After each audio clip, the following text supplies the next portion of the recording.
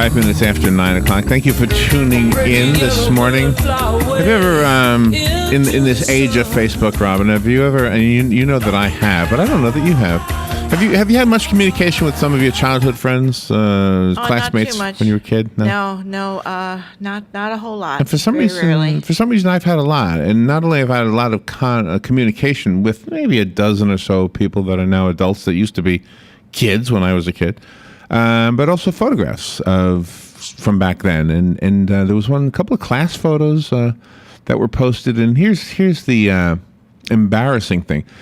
I don't know if it's, let me just tell you what it is. You look at the photos, right, and you say, oh, there's that kid. Oh, man, he didn't like me. He was mean to me. Man, that kid was bad to me, right? Yeah. And then you see another kid, you go, oh, man, I think I was bad to that kid. I think I was guilty, And I think sometimes when we have discussions about how we fall short of being the perfect human being, it smarts a little bit because we realize maybe at one time in our lives we were that imperfect and perhaps still are that imperfect human being. We would hope. Yeah, I mean, if you talk about being prejudiced, a lot of people say, no, I'm not a racist. And then you think back, well, when my sister dated that black guy, I did feel a little bit weird. And, so I do, we are there. And talking about it does bring us to a new level of perhaps compassion and maybe, I don't really like the word tolerance because it sounds like you're tolerating something. Yeah. But I guess that's the going word and we understand what it means. So I'll use it in that case. Okay. Well, bullying is just a bad thing. And I don't want anybody to think I was a bully. No. But I think I probably said some things that were insensitive to some people. Mm-hmm. And I think everybody does. And anyway, so let's find out about this. Jonathan Curelop is on the phone. He's a writer. He contributes to the American Book Review, Solstice, Amarillo Bay, Liquid Imagination. I guess these are all publications. UMass Amherst Magazine. It says he was bullied as a child for being overweight. Yeah. And he's written a book. It's called Tanker 10, a compelling story about a bullied and overweight boy and his love of baseball. Jonathan Curelop. Good morning, Jonathan. How you doing? Hey, great, Larry, Robin. It's great to be here this morning. Thank you. And where are you? Where are you calling from? I'm calling from New York City. All right. Well, thank you for being on the air with us, and congratulations on your success. Obviously, the bullying when you were a child didn't keep you from achieving and trying to achieve more. Am I right? No, yeah, well, sure, of course, that's right. The Tanker 10 is a fictional book, though. It's a novel certainly based on some things that happened to me as a child. And so what I've done is I've taken some of those things, being bullied and so forth, and sort of said, well, what if this happened or what if that happened, and created a novel about this kid who is bullied by his older brother. And at one point early in the novel, the little boy who's getting bullied, tries to stand up to his older brother, and a physical encounter takes place, an injury takes place, and it's that injury that is the focus and sort of the catalyst of the book and creates the tension throughout the rest of the book. All right, thank you. And yeah, I think I was trying to establish the real life connection with the fictional story that you're telling. Sure. But also because the fictional story then comes full circle, and it will influence some real life readers who perhaps are going to maybe stop bullying. We would hope, or maybe be able to handle being bullied a little bit better. I don't know. I mean, I think your fiction is going to help out in ways that stems indirectly or directly, however you want to look at it, from your own bullying, which is pretty amazing, actually. What is Tanker 10? What is Tanker 10? What does that mean? The narrator of the story is the fat boy, if you will. He's 10 years old when the book starts, and his older brother, who's 14, has always called him Tanker. Oh, okay. And Tanker just because he's fat, and tankers are big and wide and so on. Mm-hmm. And for his 10th birthday, which is where the novel opens, Jimmy gets a T-shirt for a present for his birthday, and the shirt's too tight. But he decides that he wants to keep it because in his mind he's going to lose weight until the shirt fits properly. So he's going to wear it, once a week, once every couple of weeks, and see how it fits. But one day he makes the mistake of wearing it in front of his brother, and his brother takes advantage of that, and he goes from Tanker to Tanker 10 because of the 10 on his shirt. That's where the title takes place. And wow. this is one of the most interesting facets of the book. I know you have a lot of levity in the book also that makes it a fun read.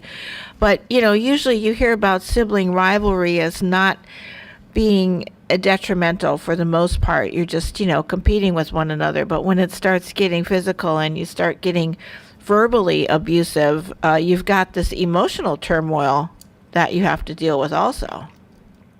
Yeah, the thing is, what do you do when you're bullied like that?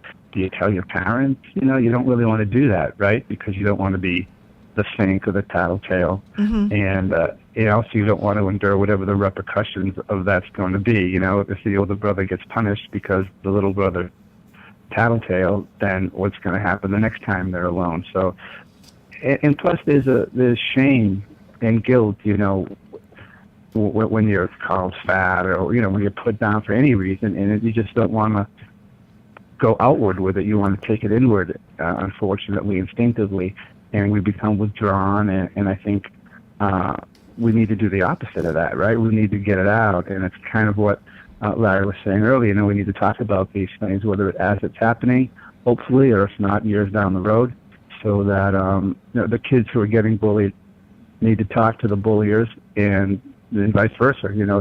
The attackers need to talk to the ones who are victimized, and until we eradicate bullying entirely.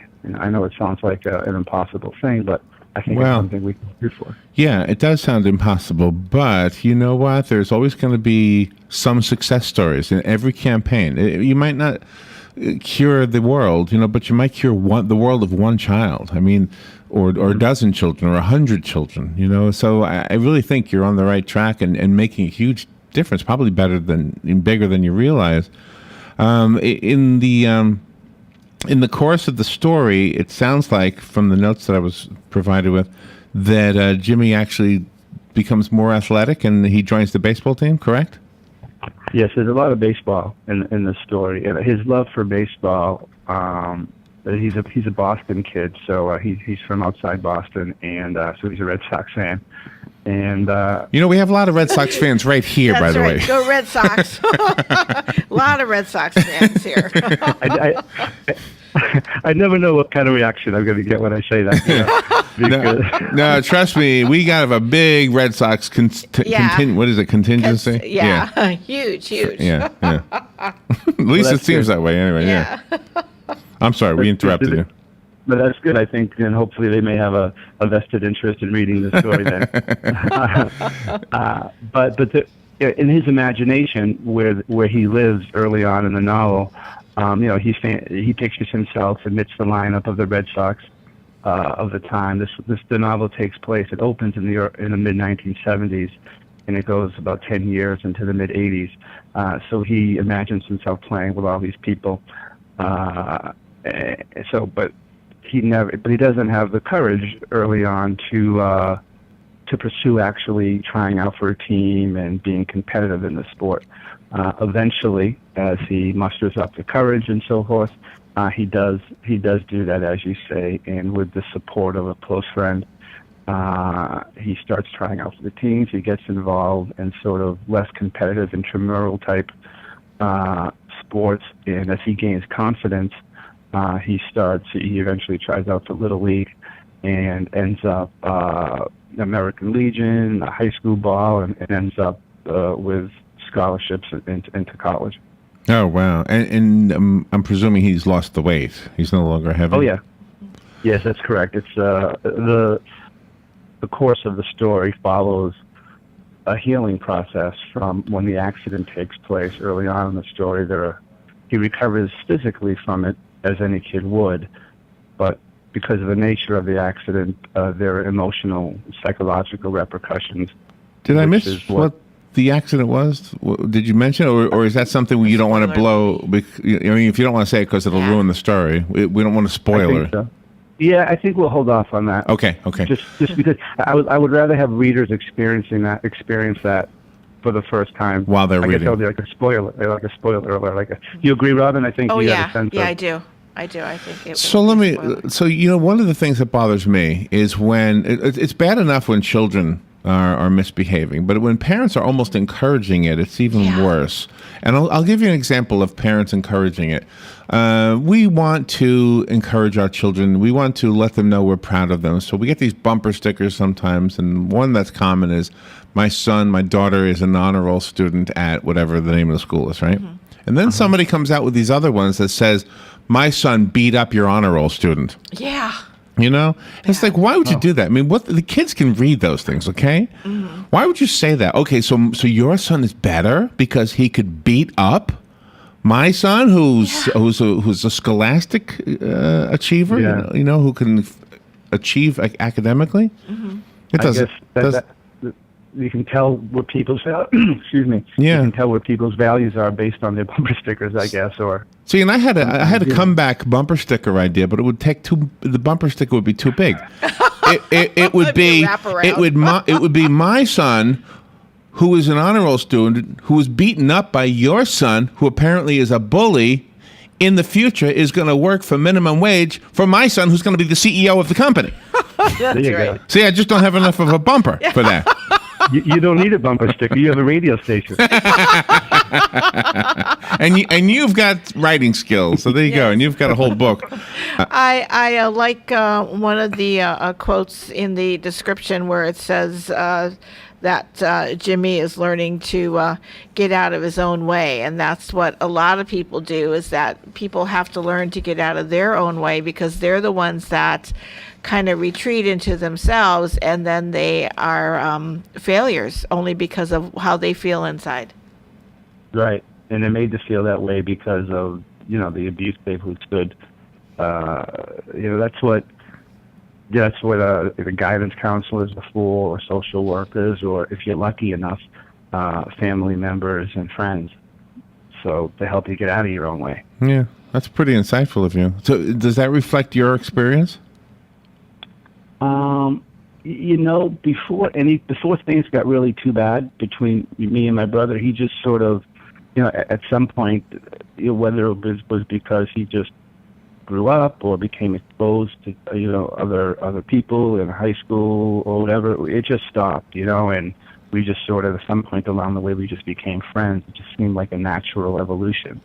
Like, I wish I don't really have any fixed time or place in my own experience to say, oh, my brother, changed and, everything worked out. It just sort of happened, and now we're very, very close. Well, that's good. Has he read the book? He has. And did he recognize himself? Yeah, some of the things. The only, it's the early chapters that talk about and sort of discuss bullying. That's what sort of sets the novel off into its course. But yeah, he definitely remembers some of the incidents that I described in the book, which are based on truth. Romance holds a special place in everyone's heart. How does Jimmy deal with that? With romance? Yes. Well, it's definitely one of the things that he has to overcome in the book. I felt that it was my job as a writer to layer as many issues on this poor kid as possible. Yeah, right. So, he's got the weight problem. He's got the problem with his brother. Now he's got to overcome this accident. The repercussions of which I will say are sexual in nature, and it makes him absolutely petrified of girls at every stage of his life. So he has to overcome, as you said, get out of his own way when the possibility of meeting a girl, getting close with a girl, and as he gets older, becoming intimate with girls, he needs to get out of his own way, and he just can't. And because every time he tries to get close to someone or physical, he freezes up. And although that happens to him because of the accident and its fallout, but I think it's also true of many kids just naturally who are just afraid or shy or bashful of the opposite sex, you don't have to have this kind of accident in order to kind of understand or go through what Jimmy's going through. I don't think. Oh yeah. At least in my experience, I was terrified. I couldn't even go to the school dances. I was so scared. I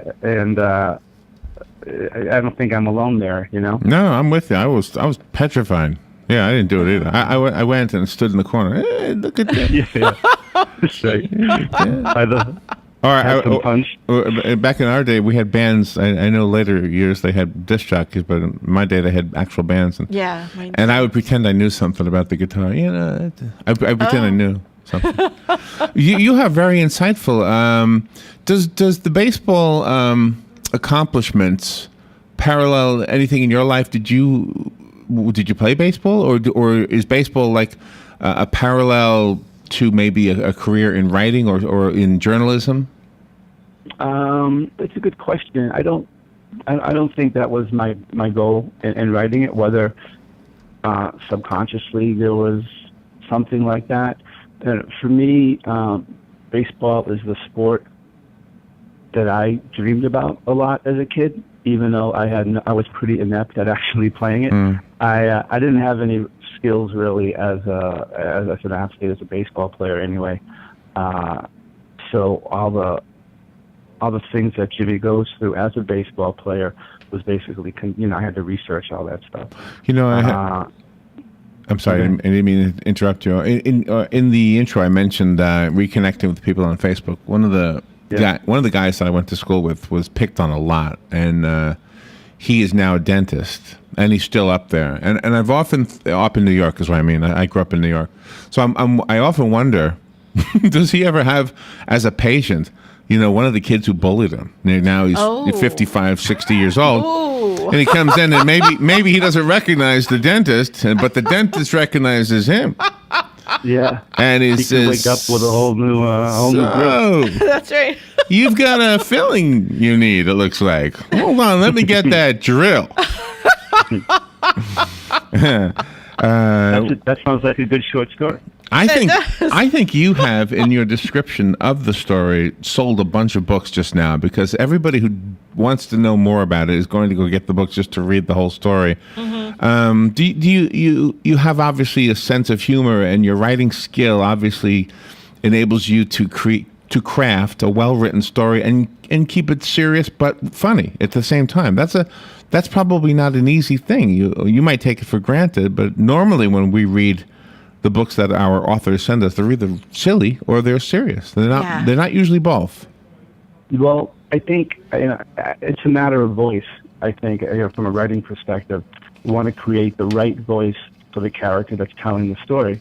And it was a little difficult because in the story, as I mentioned, Jimmy ages from age 10 to 18, 19 when he starts college. And so the voice has to be consistent from age to age and year to year. But I think throughout, the goal was always for him to be able to look at himself and not knowing that he's humorous, but being able to just have that side. And how else do we get through these sort of tragic things that happen in our lives if we can't look at it, absorb it emotionally, of course, and seriously as it's happening to us, but also the levity, and I think there's something healthy about it. And as far as the book goes, I think there's also hopefully something entertaining in it for the reader to read, because Jimmy is funny, and the way he self-deprecatingly looks at himself, and the way he observes other people and other things going around him, I think he's smart that way. And yeah, I definitely wanted people, you hear people say, I laughed, I cried, Right. Yeah, Yeah. I definitely wanted people to laugh as Jimmy has to go through all these things that he has to go through. And he also suffers some tragedy, so I wanted to be a good balance between those two elements. And he's also heroic in a way, because there's that sense of heroism, but he's so humble and everything that there is no ego involved there. But he truly is an inspiration to others. Well, yeah, thanks for saying that. And one of the things we were talking about, the school dance, one of the things that the story does, I think, is it sort of hits all the sort of signposts that we all hit growing up. The first day of school, the first date, the first kiss, the first dance. And there's a scene in the dance where I think Jimmy reveals his heroism, because the last thing he wants to do for all sorts of reasons is go to this dance. But his best friend, Ben, drags him to it. And he ultimately goes. He accepts the challenge. And I think he becomes a stronger person for it. And I think that's indicative of our childhood, because when we're kids, I think we experience things. We're experiencing things for the first time, so our highs are very high and our lows are very low. As we get older, those peaks and valleys sort of diminish and it sort of flattens out. But when we're 14, 15 years old, starting high school, and we're experiencing these things, like as I said, for the first time, that's what I think. That's what I hope anyway. That the story captures, of those amazing, eye-opening wows. It says in your bio that you are living in New York, as you already mentioned. You have a wife named Pamela. Now, is she the editor, or are you the editor? No, I have a separate editor whose name is Valerie. Okay. Pam is my wife. It says Pamela, and it says let's see. It says that you graduated from the University of Massachusetts Amherst's theater department. Now lives in New York City with his wife Pamela, and works as an editor and as a compliance officer at an international investment bank. Now that's cool. That's your chance to get even. So is that what you do? You work as a compliance officer? I do. Yes, currently I do. Yeah, I've been doing that a long time. That's as good as being a dentist. So you go into one of these businesses, you see one of these childhood bullies, and can wreck their lives. Non-compliant, you're out of here. Oh, that's funny. So how about your tell me about yourself as an author. Is this your first book? It's my first published novel. Yep, I have. You had mentioned some of the magazines where my stories have been published. This is the first novel that we've gone out with, and we'll see what happens after that. We'll see how it does. And I can tell something about you simply by one word that you just used. You used "we," because you wrote the book, but you're including your team. I don't know who "we" refers to, but that's always the sign in my mind of somebody who's humble. Yeah. Is when they've written a book and they say, we just published it last year or this month or whatever. Yes. And the word "we" is in there. I don't know. It's just a little. It's a green flag, not a red flag. Yeah, there's definitely a lot of people that play a role in, I think, anything like this, and everyone deserves the credit. You know,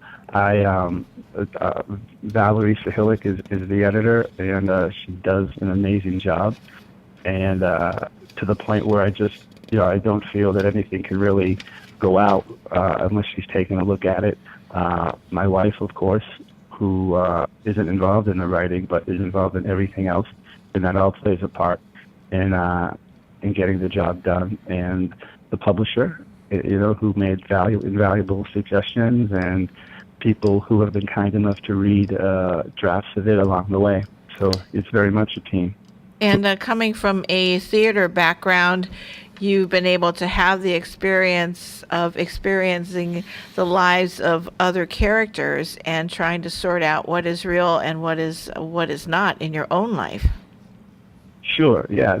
Theater has played an immense part in the way I write. I trained as an actor for several years and was an actor for a while, and the process of building a character on stage or for a role, for me anyway, is very similar to building a character for the page, in a novel or a story. The choices that a character makes, the actions that they take, it's all about creating a role. So did you write it with the intent of rewriting it as a screenplay? No, not really. No, I never really thought about that. For me, it was just all about the character and what he has to go through. If at some point there seems to be an interest in that, then I will gladly support and participate if they let me. Certainly. That'd be cool. That would be exciting. Yeah. And Tanker 10 is such a great title, so I It can is. see that being a movie right away. Well, Jonathan, you're a delight to speak to. Thank you for being on the air with us. For the listeners who just tuned in, the book that Jonathan wrote is Tanker 10. Jonathan Curelop is who you will look up online, Curelop. Do you have a website? I have a fan page or an author page on Facebook. Okay. Jonathan Curelop will get you there, and on Twitter it's at @JCurelop. J. Curelop. Okay. Curelop, correct? Yes, happy to answer any further questions through those websites or any way at all. And I'll be a fan, and I'll be whatever you do on Facebook. I'll do those things today. Yes. You'll see a like from me or whatever it is that happens on your end. That's delightful. Jonathan, thank you. What's it doing in New York right now? Is it snowing? I was listening to Joe's weather, and I just got to get down to Gainesville, I think. No, it's beautiful here right now. I'll tell you the truth. It really is. Plus, it's 20. Plus, Robin made some strawberry shortcake. We had a strawberry festival this weekend. So. Yes, we did. Oh, So well, it's it's definitely going to come down. You are a great guest. That was a fun interview and very, very insightful. Thank you so much. Thanks so much. Thank you for being on the air with us. Pleasure to be with you guys. Really appreciate it. All right, we will take a little break and we'll be right back. 352-507-5352. 352-507-5352. 352-507-5352. Tom. 352-507-5352. Tom, what is that? What?